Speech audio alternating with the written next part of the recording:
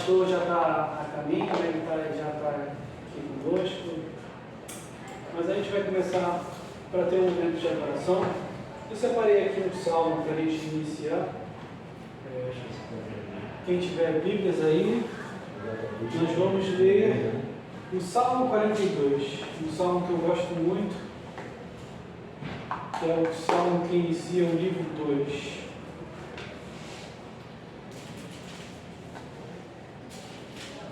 Salmo 42, sob o título Ao Mestre de Canto, Salmo Didático dos Filhos de Coré. Vamos ler todos juntos? Deixa eu só conferir para ver se estou com a tradução certa aqui. Se não, vai ser complicado. 42. Vale o salmo todo. Vamos lá. Como suspira a vossa pelas correntes das águas, assim por ti, ó Deus, suspira a minha alma. A minha alma tem sede de ti, do Deus vivo. Quando irei e me verei perante a face de Deus? As minhas lágrimas têm sido o meu alimento dia e noite, enquanto me dizem continuamente: o teu Deus, onde está? Lembro-me destas coisas e dentro em mim se me derrama a alma, de como passava eu com a multidão de povo, e os guiava em procissão à casa de Deus, entre os gritos de alegria e louvor, multidão em festa. Por que estás abatida, ó minha alma? Por que te perturbas dentro em mim? Espera em Deus, pois ainda o louvarei, a Ele, meu auxílio e Deus meu. Sinto abatida dentro em mim a minha alma. Lembro-me, portanto, de ti, nas terras do Jordão e nos montes do Hermon, no outeiro de Mizar. Um abismo chama outro abismo, ao fragor das tuas catadupas. Todas as tuas ondas e vagas passaram sobre mim. Contudo, o Senhor, durante o dia, concede a sua misericórdia. E à noite comigo está o seu cântico, uma oração ao Deus da minha vida. Digo a Deus, minha rocha: por que te olvidaste de mim? Por que hei de andar eu lamentando sob a opressão dos meus inimigos? Esmigalham-se-me os ossos quando os meus adversários me insultam, dizendo: o teu Deus, onde está? Por que estás abatida, ó minha alma? Por que te perturbas dentro em mim? Espera em Deus, pois ainda o louvarei, a Ele, meu auxílio e Deus meu. Amém. Amém. Vamos fazer uma oração para começar? Vou pedir ao Mário que faça uma oração. Amém. Senhor nosso Deus e Pai, glórias te damos, Senhor, porque o Senhor tem cuidado de nós, o Senhor tem dirigido nossas vidas, Pai, preparado os nossos caminhos. Obrigado, Senhor, pela tua salvação, Pai, porque nós podemos ter a alegria de viver, Senhor, na tua presença, Senhor, alimentado por ti, pela tua palavra, pelos teus cânticos, Pai. Obrigado, Senhor, porque nós temos irmãos especiais na fé, Pai, que nós temos a alegria de conviver, no amor, Senhor, que vem diretamente de ti, Pai, para nos ensinar a amar uns aos outros, Pai. Que maravilha ter uma família a mais, Senhor, para a gente amar, para a gente realizar atividades em conjunto, Pai, para a gente louvar o teu nome em conjunto, aprender de ti em conjunto, Pai. Que nós possamos ter sempre no coração, Pai, a certeza que é um presente teu estarmos aqui e que é uma alegria, Senhor, a gente poder estar reunidos como o PH. Abençoa este trabalho que é teu e abençoa também o nosso mensageiro da noite e da tarde. Em nome de Jesus agradecemos. Amém. Meus irmãos, vamos ter agora um momento de louvor. cantado nesse instante, pastor. Nossa atual fase da UPH, né, ela conta com alguns irmãos talentosos que são instrumentistas, né? Nosso irmão Hélio, o Moisés, como é que é o nome do que toca o violão? O Edson. Eles são uma bênção, porque sempre a gente pode contar com eles, mas hoje a gente não se organizou direito para isso. E a gente vai cantar a capela mesmo, né? E eu me lembrando das reuniões que eu participava quando era criancinha, né? Quando a minha mãe me levava para a igreja lá em Manaus. Era assim que a gente cantava, a capela. Manaus, pertinho. Pertinho, né? A gente fazia reunião, ela levava para a reunião de oração e a gente cantava, né, com o Inário, os Inários sendo distribuídos. Aliás, quem não tiver Inário, tem alguns por aí espalhados aqui. Quem que é Inário? Todo mundo tem celular. Está tudo no celular. Tudo no celular, né? Todo mundo tem celular. Quem quiser, tem aqui. E no 19. Bem conhecido, né? Ó Rei Sublime. Todos acharam? Número 19.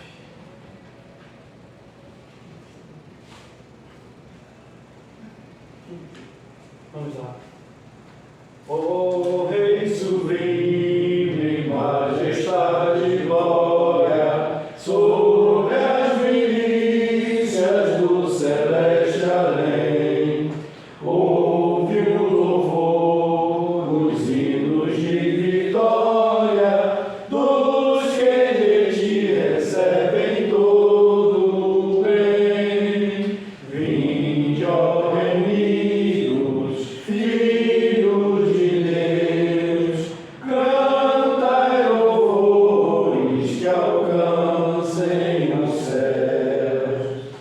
Nos altos céus, louvor a Deus ressoa, de gratidão ao soberano amor.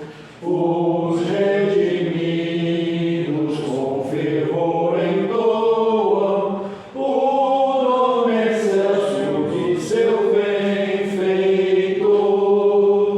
Vinde, ó remidos, filhos de Deus, cantai louvores que alcancem os céus. Eterno Deus, teus filhos vês prostrados perante o brilho da superna luz, pois do pecado foram resgatados e agora rendem glórias a Jesus.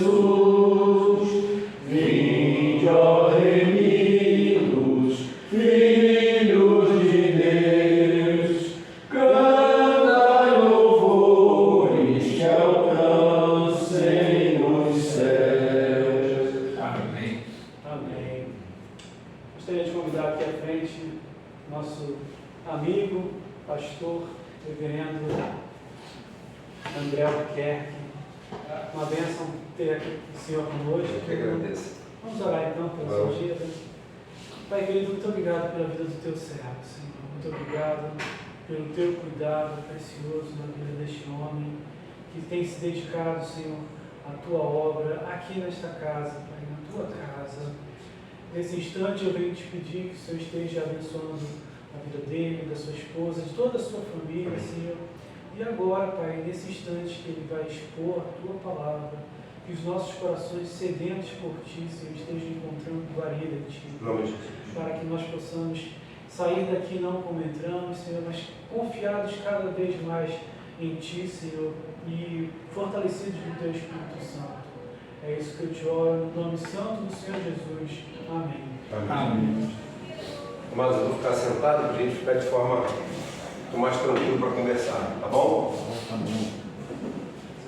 Tá. Alegria poder estar com os homens da UPH, e com essa ilustre visitante. Alegria, eu acho que eu já atendi o convite do Will para estar na classe Logos algumas vezes, para estar na Federação de Homens, mas nunca na nossa OPH. Acho que na nossa OPH é a primeira vez. Eu me sinto honrado de estar aqui. Sempre gosto de ressaltar que existe sempre um sentimento de comparação. As mulheres da SAF são muito mais atuantes do que os homens da OPH. A SAF funciona muito mais, a OPH não tem uma assistência robusta. E de fato isto é verdade. Mas eu sempre gosto de trazer um esclarecimento que as pessoas às vezes esquecem. Nenhuma sociedade interna oferece mais mão de obra para a liderança do que o OPH. Quem são os presbíteros da igreja? São os homens da OPH. Quem são os diáconos da igreja? São os homens da OPH. A mocidade às vezes ajuda, manda alguém para lá, mas invariavelmente são os homens da OPH. Então, nenhuma sociedade interna empresta mais mão de obra à liderança da igreja do que o OPH. Isso precisa ser lembrado, o que traduz a importância deste departamento dentro da igreja. Amém? Amém. Livro do Gênesis, capítulo 42, a partir do verso 25, leitura bíblica congregacional participativa. Como é que é isso, pastor? Cada um vai ler um versículo. Se você iniciar o verso junto com o seu irmão, não há problema, pode terminar o verso com ele. Se eu achar necessário algum tipo de intervenção para efeito de comentário, a gente vai fazer. Gênesis 42, a partir do 25, é fácil achar Gênesis. É fácil demais, né, Marcelo? Celular, Celular dá menos trabalho. Celular dá mesmo trabalho, né? Então vamos lá. Olhem para mim aqui, amados.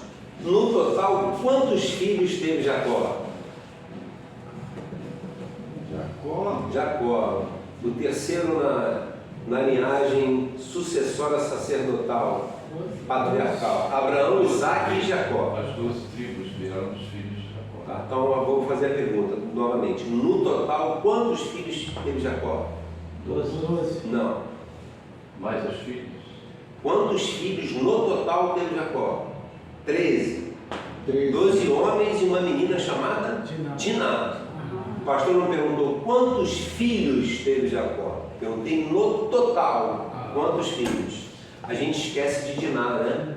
Então Jacó teve 13 filhos no total. 12 homens e uma menina chamada Diná. Ok? Em um determinado momento nós encontramos essa família com uma estrutura familiar complexa dando problema. Porque Jacó tinha 2 esposas e cada esposa de Jacó tinha a serva auxiliadora de cada uma de suas esposas, funcionava também como sua esposa.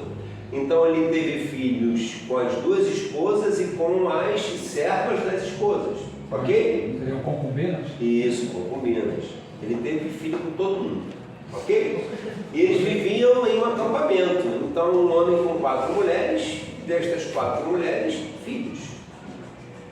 De todas as mulheres de Jacó, qual era a mulher que ele de fato amou? Raquel. Raquel era de fato a mulher que Jacó amou. Qual era o nome do filho primogênito de Raquel? Foi? José. Se José é o primogênito da mulher amada, Jacó conseguiu esconder a predileção que tinha por José? Não escondeu. Quem era o filho primogênito de Jacó? Rubem. Depois de Rubem vinha Simeão. E depois de Simeão vinha Judá. E depois o Davi. Então, nós encontramos Jacó inserido nessa estrutura familiar complexa, em que ele não conseguia esconder a predileção pelo filho primogênito da sua mulher amada. Com a sua mulher amada, Jacó teve quantos filhos? 2. José e Benjamim. O que aconteceu com Raquel por ocasião do nascimento de Benjamim? Ela veio a óbito, ela morreu. Então, diante disto, isso vai potencializar o sentimento, a proximidade, e eu vou usar um termo, não se assustem, a predileção de Jacó por José. José era o predileto, José conversava mais com o pai, enquanto os outros filhos estavam sempre envolvidos nas atividades no acampamento. E, via de regra, quando havia alteração nas tarefas, José funcionava como delator, falava para o pai: os meninos estão fazendo isso e isso, e deixando de fazer isso e isso. Começou a se criar um tipo de ciúme, de rusga entre os irmãos. Quando isto é potencializado? Quando José recebe do papai um belo presente. Qual presente? Uma túnica talar de mangas. Presente. Esse presente. Ele recebe esse presente e isso deixa os outros irmãos mais furiosos. A despeito de que José funcionava como delator, de que José recebeu o presente, ainda tinha outra coisa. Os sonhos de José davam a entender que não apenas os seus irmãos, mas até o seu pai e aqueles no acampamento veriam se curvar diante dele. Então a ideia é silenciar esse menino é muito abusado. Então eles estão trabalhando e vem o sonhador. Vamos fazer o quê? Vamos matar o José. Não, vamos fazer isso para nosso irmão.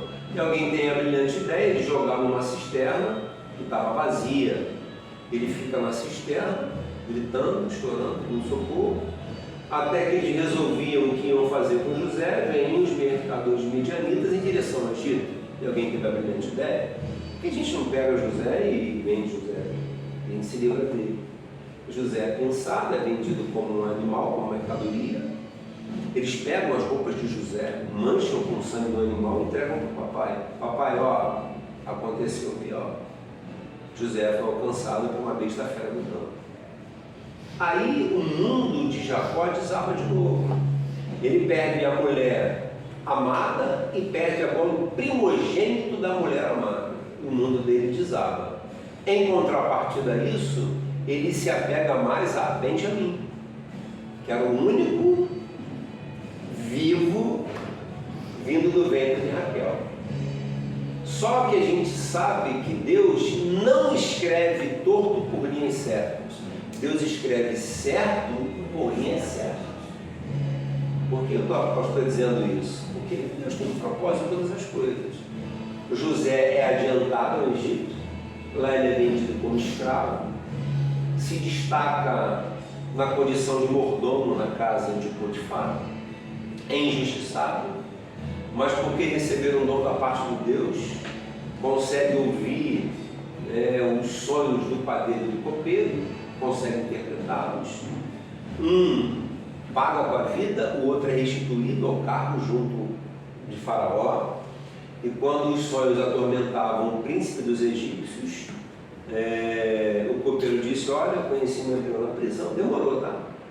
Eu conheci meu hebreu na prisão porque ele tem o dom de interpretar sonhos. Então o Faraó chama o hebreu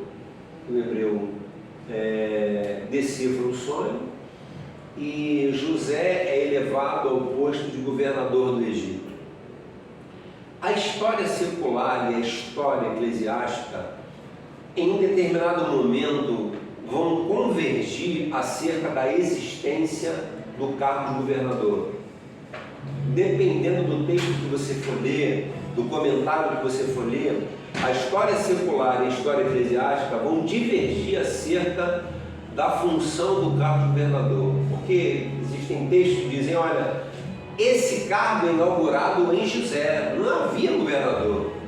E há quem diga que esse cargo já existia, de governador do Egito. A verdade é que para nós nos interessa que José é levado ao posto de governador do Egito. E ele decifra o sonho. 7 anos de muita fartura, Jacó no acampamento e seu povo desfruta dessa fartura, mas eles não tinham conhecimento dos 7 anos de seca que viriam. E quando veio os 7 anos de seca, eles foram informados acerca de uma coisa: toda a terra está em grande aflição, mas no Egito havia pão. Então vamos para o Egito. Vamos comprar pão. E eles chegam lá com uma bela comitiva de 10 irmãos, ausente José, que era o governador, e Benjamim, que fica. E quando eles chegam lá, eles reconhecem José? Não. Aquele menino, adolescente, pacato, que para eles era um pouco mimado, aquele menino se tornou um homem com roupas egípcias. Não teve facilidade, eles não tiveram facilidade em reconhecer. José os reconhece? Os reconhece. E José chora por dentro, e José os acusa de espias. Eles vieram identificar os pontos fracos da terra. E José faz 2 perguntas estratégicas: vocês têm pai? Vive o vosso pai? Vocês têm mais algum irmão? Vive? Temos mais um irmão mais novo, ficou com o papai. Então vocês são espiões. Nós não somos. Vamos fazer o seguinte: um vai ficar aqui, vocês retornam os mantimentos e só vão ver o meu rosto novamente se trouxerem o irmão mais novo. O pai não, só o irmão mais novo. Tem que trazer o irmão mais novo. Quem fica é Simeão, o briguento, né? Aquele que vingou pelo fio da espada o estupro de Diná. Ele fica e os irmãos voltam. Chega lá, eles trazem muitos mantimentos e percebem que o dinheiro que pagaram pelo cereal, cada um estava na boca do saco, né? E eles chegam e desfrutam desse alimento, mas o alimento está acabando. Eles têm que voltar para o Egito. A gente está em Gênesis 42, verso 25. Cada um lê um versículo. Ordenou José que lhes enchessem de cereal os sacos, eles restituíssem o dinheiro a cada um no saco do cereal e os suprissem de comida para o caminho, e assim lhes foi feito. Verso 26. E carregaram o cereal sobre os seus jumentos e partiram. Gênesis 42, agora 26.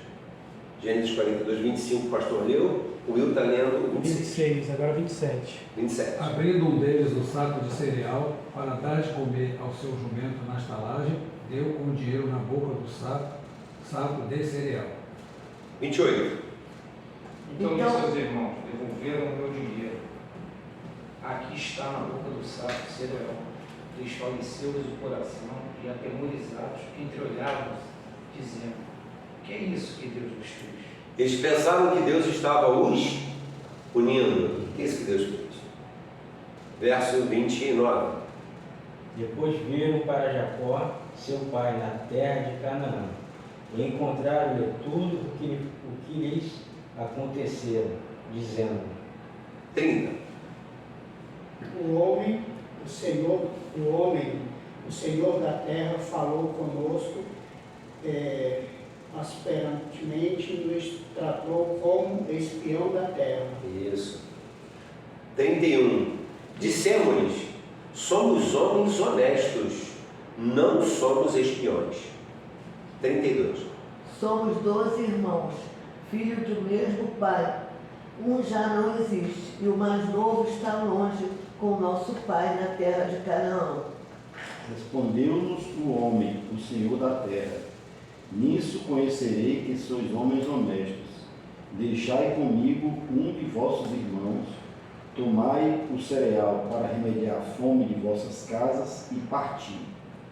Trazei-me vosso irmão mais novo, assim saberei que não sois espiões, mas homens honestos. Então vos entregarei vosso irmão e negociareis na terra. 35. Aconteceu que, despejando eles os seus sacos, eis cada um tinha a sua trouxinha de dinheiro no saco. E viram as trouxinhas com o seu dinheiro, eles e seu pai, e temeram. Então lhe disse Jacó, seu pai: tende-me privado de filho, José já não existe, Simeão está aqui, e ide levar a Benjamim todas estas coisas me sobrevêm. Quando eles falaram que o homem disse que eles só poderiam voltar se voltassem com Benjamim, Jacó reclamou. Verso 37 agora. Rubem. Mas Rubens falou ao seu pai, dizendo: mata os meus 2 filhos, se eu não tornar a trazer. Entrego-o em minha mão e te tornarei a trazer. 38. Ele, porém, disse: meu filho não descerá convosco, seu irmão é morto. E ele ficou só por onde fordes. Fareis descer minhas cães com tristeza à sepultura. Eles já estavam ensaiando voltar, mas eles só podiam voltar com uma condição. Qual era? Levar Benjamim. Levar Benjamim. Quem pediu para ser fiador de Benjamim? Quem pediu? Rubem.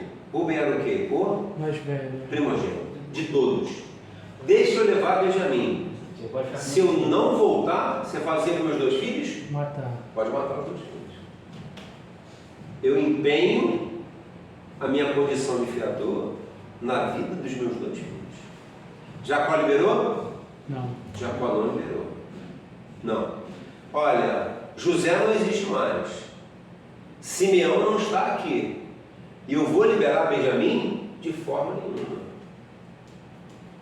Que meu corpo desça as cães à sepultura, mas eu não vou liberar Benjamim. Ok? Mas alguma coisa começa a acontecer. Os alimentos começam a acabar e a fome fica mais severa. Capítulo 43, o verso 1 diz assim: a fome persistia gravíssima na terra. Verso 2. Tendo eles acabado de consumir o cereal que trouxeram do Egito, disse-lhes seu pai: voltai, comprai-nos um pouco de mantimento. Mas Judá lhe respondeu: fortemente nos protestou o homem, dizendo: não me vereis o rosto se o vosso irmão não vier convosco. A fome está grave, o alimento está acabando. Jacó falou assim: meninos, vocês precisam fazer o quê? Voltar ao Egito. Aí Judá levantou e falou assim: pai, o que diz? Fortemente nos protestou o homem. Quem é esse homem? O faraó. O faraó, o governador. O governador, que estava querendo ver o irmão. O governador. E para eles não sabiam que era judeu. Eles não sabiam, exatamente. Fortemente nos protestou o homem, o governador, que se a gente não levar o nosso irmão mais novo, nós nem veremos o seu rosto. Beleza? Verso 4. Se queres enviar conosco o nosso irmão, desceremos e te compraremos alimentos. 5. Se, porém, não o enviares, não desceria, pois o homem nos disse: não me vereis o rosto, se o vosso irmão não vier convosco. Judá cravou: se não liberar, nós não vamos sair daqui. Verso 6. Aí Israel é Jacó, tá? Verso 6. Disse-lhes Israel: por que me fizeste esse mal, dando a saber aquele homem que tinhas outro irmão? Ou seja, o que vocês fizeram isso comigo? Foram falar que vocês têm pai e irmão, mas na verdade José perguntou de forma estratégica: vocês têm pai? Vive ainda vosso pai? Já? Ele. Vocês têm mais algum irmão? Então eu quero saber se estão falando a verdade. Então José foi cirúrgico e estratégico. Então eles não tinham como fugir dessa resposta. Verso 7. Responderam eles: o homem nos perguntou particularmente por nós e pela nossa parentela, dizendo: vive ainda vosso pai? Tendes outro irmão? Respondemos-lhe, segundo as suas palavras: acaso poderíamos adivinhar que haveria de dizer: trazei vosso irmão? 8.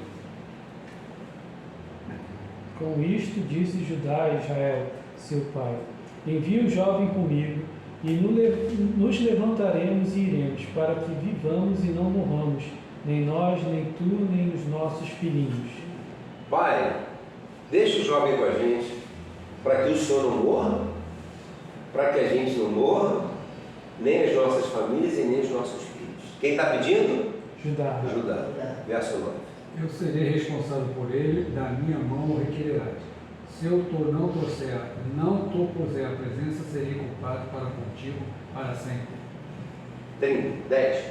Se não nos tivéssemos demorado, já estaremos com certeza de volta segunda vez. Se o senhor ficasse enrolando para liberar Benjamim, a gente já teria ido, já estávamos de volta. Verso 11. Respondeu-lhes Israel, seu pai: se é tal, fazei, pois, isto: tomai o mais precioso dessa terra dos sacos para o mantimento, e levai de presente a este homem um pouco de bálsamo, um pouco de mel, aromatas e mirra, nozes e pistácia, e amêndoas. 12. Levai em vossas mãos dinheiros em dobro, e o dinheiro que foi devolvido na boca dos vossos sacos. Tornai a levá-lo em vossas mãos. Bem pode ser que fosse enganado. 13. Levai também vosso irmão, levantai-vos e voltai àquele homem. Levai também vosso irmão. 14, o último.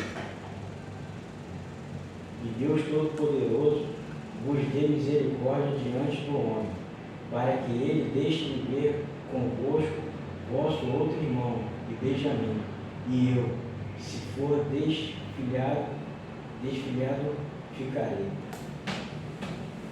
Jacó se dobrou? Sim. Se dobrou. Demorou, mas dobrou. Leva o seu irmão, leva a terra, que a terra era boa, mana, leite e mel.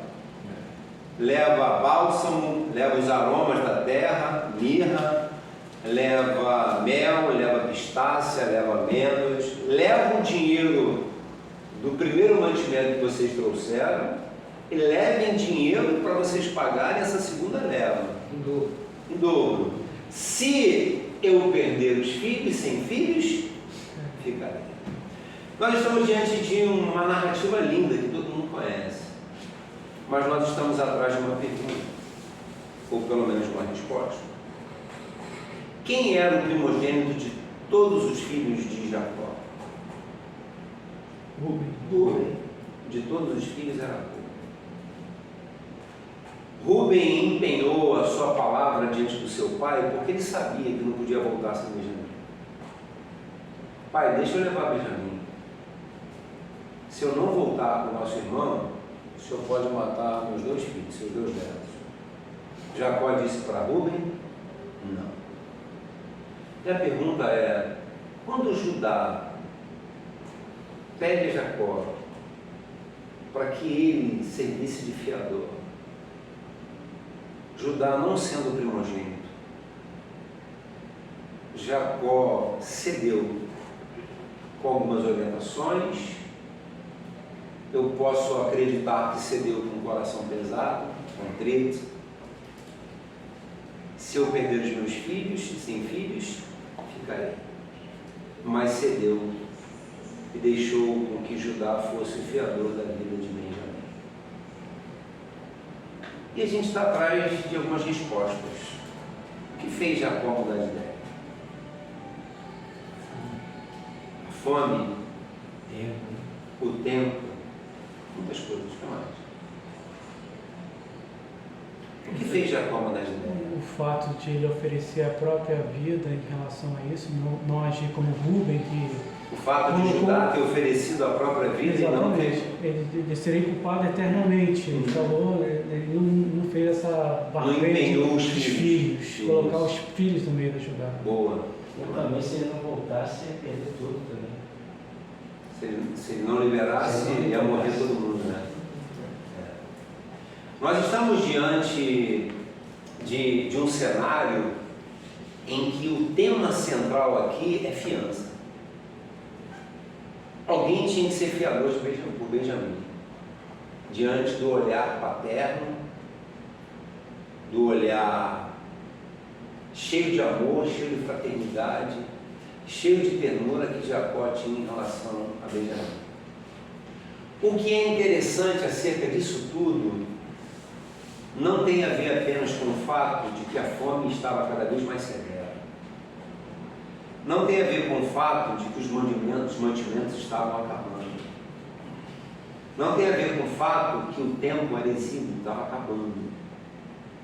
Não tem a ver apenas com o fato de que Rúben, ele empenha a vida dos seus dois filhos enquanto Judá empenha a sua própria vida.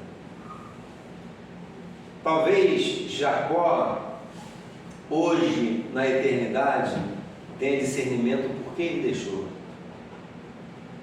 Jesus, o Filho de Deus, o nosso Senhor e Salvador, aquele que pagou o preço, aquele que é o fiador da nossa vida diante do Pai, ele descende da tribo de Rúben ou da tribo de Judá? Da tribo de Judá. Isso aqui aponta para Jesus.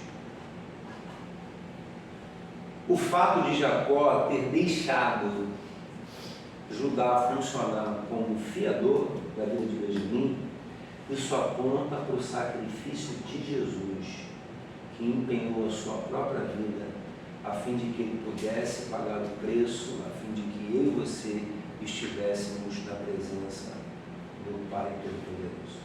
Abra sua Bíblia em Mateus capítulo 1, por favor. Mateus 1. Mateus 1.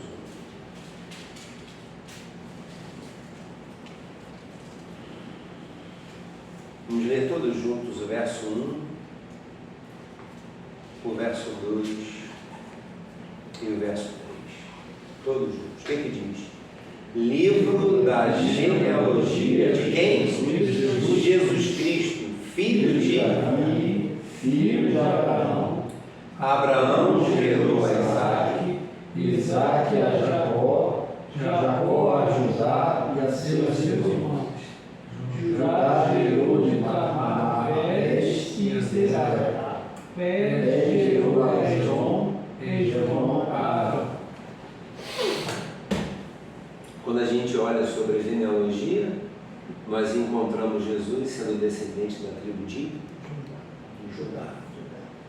Olha o que diz Hebreus capítulo 7, verso 22. Vamos ler todos juntos.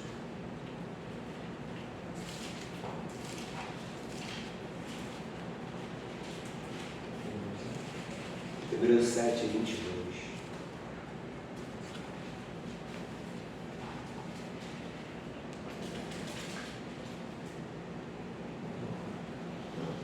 Todos juntos. Hebreus 7, 22. O que diz? Por isso mesmo, Jesus se tem tornado fiador de superior aliança. Jesus tem se tornado o quê? Fiador de superior aliança. Que mensagem maravilhosa. Você pode me perguntar assim, pastor, Jacó tinha ciência do que estava fazendo? Não tinha. Não tinha. Será que Deus não tocou no coração dele no momento que julgasse? Ah, eu não tenho dúvida que ele foi tocado. Por mais que houvesse um sentimento de litígio entre Jacó e Rúben, o primogênito, em função de que Rúben vai macular o leito do seu pai, vai se enamorar com uma das mulheres do seu pai, uma das concubinas do seu pai. Por mais que houvesse estas linhas na relação de Jacó com Rúben, a gente não pode deixar de considerar que Jacó acena positivamente para a proposta de Judá, porque Deus tocou no seu coração.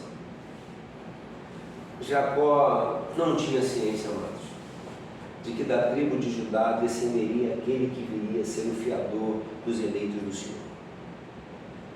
Jacó não tinha noção alguma que o nomezinho dele, de repente, pudesse ser encontrado na genealogia do Filho de Deus. E que depois do filho dele, diante de todos os nomes dos seus filhos, fosse o nome de Judá. E isto é maravilhoso, porque o sacrifício de Jesus na cruz em nossa direção ele deve ser encarado como aquela frase célebre de João Calvino: o sacrifício da cruz é suficiente a todos os homens, mas eficiente apenas aos eleitos. Ele é suficiente a todos os homens.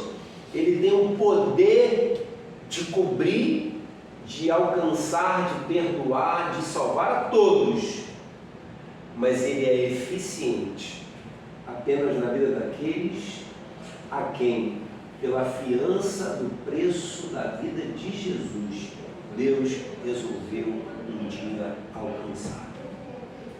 Nós não podemos contar a nossa vida e a nossa história sem lembrar de Jesus como fiador. Porque se eu e você hoje, na condição de filhos de Deus, carregamos no coração a esperança de uma vida eterna, é porque na condição de fiador Ele pagou a fiança, a dívida. E é por isso que tem a expressão grega lá que ela está, ou seja, está consumado, está pago. Aquilo que eles deviam, eles não devem mais. Está pago. O sacrifício da cruz gera um caminho para que os eleitos do Senhor pudessem voltar a ter acesso à presença de Deus Pai Todo-Poderoso. Jesus inaugura esse novo caminho, como diz a Epístola aos Hebreus, e isso ele faz pelo sacrifício da cruz. E, obviamente, consequentemente, pela ressurreição no terceiro dia. Então, nós precisamos viver uma vida digna na presença de Deus. Nós precisamos viver em novidade de vida diante dos homens. Os homens precisam ver Jesus na nossa vida, nas nossas obras, em todos os nossos movimentos, mas nós não precisamos pagar o preço de sacrifício, porque a fiança já foi paga. Nós não precisamos mutilar o nosso corpo, nós não precisamos mutilar os nossos corpos, nós não precisamos mais fazer sacrifício, porque diante do sacrifício da cruz, Deus não requer de nós nenhum tipo de sacrifício físico, Ele quer obediência. Obediência. Obediência. E vale ressaltar, amados, que o sacrifício de Jesus e a sua ressurreição é aquilo que confere autoridade para a igreja ressuscitar na ressurreição no último dia. Quando Jesus paga o preço, ele cumpre a sua vocação de Salvador do mundo. Eu sempre gosto de lembrar aos amados quando eu falo do maior estado de humilhação de Jesus. A teologia se debruça perguntando e tentando entender qual é o maior estado da humilhação de Jesus. É a encarnação do Verbo ou o sacrifício? Onde Jesus se humilhou mais? Assumindo a forma humana ou pagando o preço de cruz? Assumindo a forma humana. Porque é assumindo a forma humana que ele tem condições de pagar o preço da cruz. O Criador assume a forma da criatura. Na conferência na eternidade entre o Pai, entre o Filho e o Espírito Santo, há uma resolução na eternidade. O Filho deveria abandonar a sua glória para assumir a forma humana, para que, pagando o preço na condição de fiador de uma nova aliança, como diz a carta aos Hebreus, eu e você pudéssemos ser religados à presença do Deus Pai Todo-Poderoso. O preço já foi pago. Jesus é o nosso fiador. A dívida, o escrito da dívida que apontava para nós, ela foi cancelada, porque na cruz, com a ressurreição no terceiro dia, ela foi paga. Hoje, a figura do fiador é a figura daquele que é muito raro, porque hoje as pessoas estão mais desorganizadas financeiramente falando. Então hoje não é fácil você arrumar um fiador para você alugar um carro, para você alugar uma casa, um apartamento, para você contrair um empréstimo financeiro no banco, para você comprar um imóvel. Essa figura do fiador é escassa, porque a figura do fiador é aquela figura que resolve o problema de alguém, que resolve a brecha e o hiato, a dívida de alguém. E quando nessa conferência celestial divina há a decisão de que Jesus viria nos buscar, ele viria buscar e salvar aquilo que se havia perdido, ele vem na figura de fiador. E quando a gente lê esse texto sobre Jacó, sobre José, sobre Benjamim, a gente vai se lembrar disso aqui. Que Jacó olhou para Judá e falou: Judá, pode levar Benjamim, pode levar. A Bíblia não traz riquezas de detalhes em relação à reação dos irmãos. E aqui é só uma especulação saudável. O pastor não está colocando palavras na Bíblia, por favor. Mas eu fico imaginando a postura de Rubem. Se fosse eu, quando eu olho assim a minha juventude e minha adolescência, eu ia perguntar: pai, por que você deixou para o Álvaro, não deixou comigo? Quem sabe o Rubem pensou assim: não, por que ele está liberando para ajudar e não liberando para mim? Né? Porque ali havia a sombra, o prenúncio daquele que viria descender da tribo de Judá e seria o fiador, nos reconectando à presença do Deus Criador de todas as coisas. Isso muda a nossa vida, isso muda a nossa história, isso garante o nosso futuro e isso nos dá a certeza de uma vida eterna. Que o Senhor Jesus seja adorado, seja reverenciado, seja glorificado, seja louvado, porque a obra é dele, porque quem pagou o preço foi ele, e quem nos deu nova vida foi ele, quem fez morrer em nós a velha criatura foi ele, e quem vai nos conceder a oportunidade de, na eternidade, receber uma pedrinha branca escrito com o nosso nome verdadeiro é Jesus, aquele que é o nosso Senhor, que é o nosso Salvador, porque é o nosso fiador. Amém? Feche os seus olhos e seu nome. Senhor, nosso Deus e Pai, como é maravilhoso termos a Tua palavra aberta. Como é maravilhoso nos alimentarmos das Escrituras. Elas revelam o Teu poder, revelam o Teu propósito. Elas revelam os Teus planos, mas elas revelam o Teu amor por nós.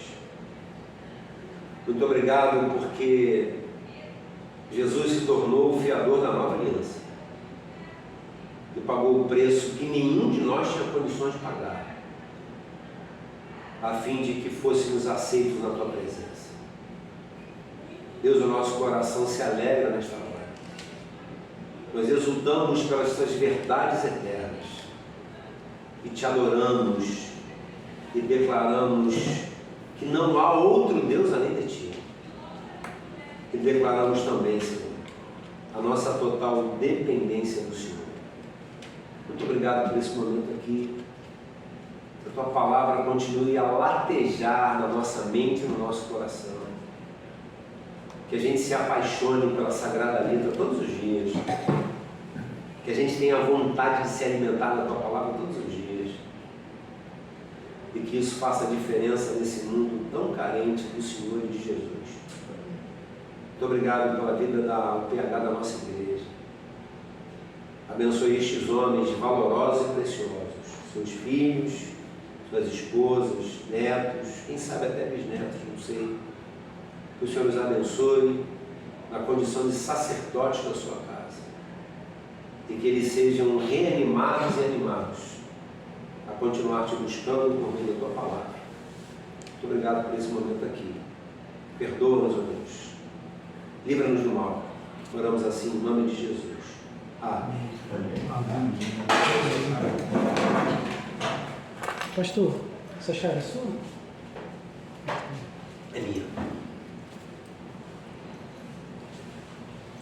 Ficamos um pouquinho aqui, que tem mais um tempo. Obrigado.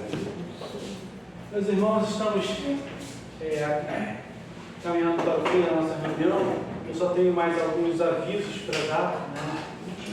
Queremos agradecer, pastor, essa palavra preciosa. Glória a Deus pela sua vida. E muito nos edificou esse estudo maravilhoso, né? Eu sou suspeito para falar sobre a história de José, porque é uma história que me emociona muito, né? Não só quando assisto filme, né? Essas produções modernas que existem a respeito da vida de José. Quando eu estou lendo as escrituras, dá aquela parada, aquela emoção de ver, sabe, o quanto Deus fez através da vida de José. E essa exposição preciosa a respeito, que fez o link, né, com a vida do Senhor Jesus Cristo. Glória a Deus. Muito obrigado mais uma vez. Meus irmãos, alguns avisos. Se eu esquecer algum, por favor, alguém da diretoria me lembra. Eu vou começar por alguns que chegaram no grupo há pouco tempo, né? Quem está no grupo percebeu que eu coloquei lá uma postagem da UMP, né? A UMP convidando a UPH para participar aí de uma sessão. Eles estão tentando fechar, né, uma sala de cinema para assistir. Acredito que seja o episódio 1 e o 2 da 5ª temporada de The Chosen, né? A 5ª temporada que vai ser lançada. Então eles estão movimentando aí a divulgação. Eu particularmente achei o preço bem acessível, tá? R$25 o ingresso, mais R$15 a pipoca. Eu achei que é bem interessante. E eu sei que alguns de vocês ainda não conhecem The Chosen, mas fica aqui o convite para que vocês conheçam essa série de graça, né? Tem por aplicativo, você baixa o aplicativo e assiste todas as temporadas. É uma bênção, muito legal. E aí fica o convite. Eu vou continuar divulgando no grupo essas informações, tá? Congresso Sinodal já tem data, a gente está divulgando isso já tem algum tempo. Então, Congresso Sinodal vai acontecer em junho, dia 28 de junho. Quem puder estar anotando na sua agenda, vai ser lá na igreja de Olaria. Então a gente vai estar se reunindo lá para falar, né, ter um momento devocional e também para fazer a eleição da nova diretoria da Confederação Sinodal. Caixinha do OPH, eu estou devendo vocês, meus irmãos. Eu vou botar no grupo hoje as informações bancárias do